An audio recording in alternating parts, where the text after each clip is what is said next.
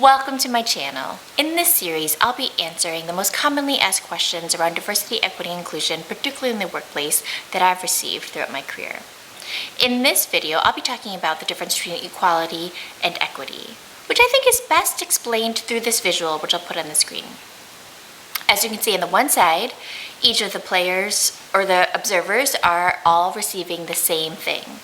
On the other side, you can see that the difference is that the outcomes of what they're able to see are the same. On the left side, equality, they're all receiving the same thing, they're all being treated in the same way, but because of the unequal playing field, their outcomes are very different. One can clearly see over the fence, one can sort of peek over the fence, and one can barely see and has to make do peeking through a hole in the fence.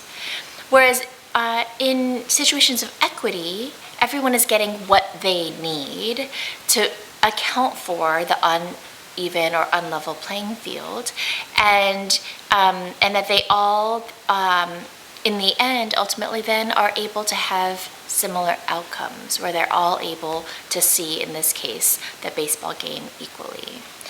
So, in a nutshell, if there were a completely level playing field in our systems, in our society, in our institutions, that treating everyone the same and giving everyone the same thing potentially might lead to equitable outcomes.